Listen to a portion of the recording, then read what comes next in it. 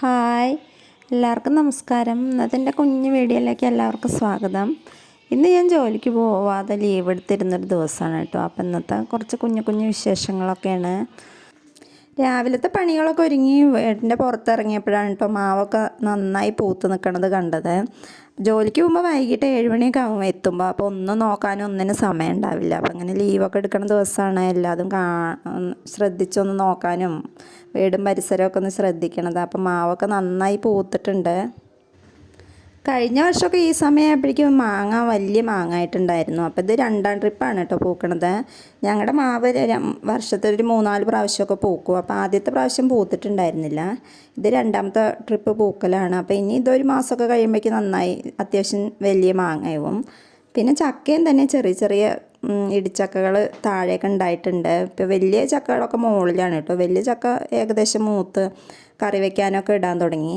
ഇപ്പോൾ താഴെ ഇപ്പോൾ 1 മാസം 2 മാസമൊക്കെ ആയില്ലേ ഇടിച്ചക്ക പൊട്ടൽ തുടങ്ങിയിട്ട്. അപ്പോൾ ഇപ്പോൾ താഴത്താണ് കേട്ടോ ഈ 2ാം ട്രിപ്പ് ഇടിച്ചക്ക താഴത്തൊക്കെ നിറയെ പൊട്ടിയിട്ടുണ്ട്. പിന്നെ ഞാൻ വീട്ടിൽ പോകേണ്ട ഒരാവശ്യം ഉണ്ടായിരുന്നു. അപ്പോൾ ഞാൻ വീട്ടിലേക്ക് പോയി.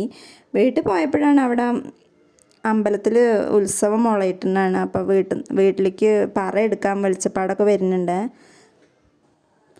പറയെടുക്കാൻ വെളിച്ചപ്പാട് വന്ന് പറയെടുക്കലൊക്കെ കഴിഞ്ഞിട്ട് പിന്നെ ഉച്ചഭക്ഷണം കഴിച്ചു. അപ്പോൾ ഒന്ന് വീട്ടിൽ നിന്നാണ് ഭക്ഷണം കഴിച്ചത്.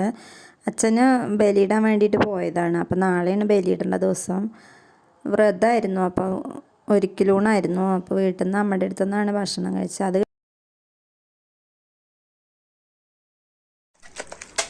വീട്ടിൽ പിന്നെ അമ്മ ഇഡ്ഡലിക്കുള്ള മാവ് അരക്കിയിരുന്നു കേട്ടോ.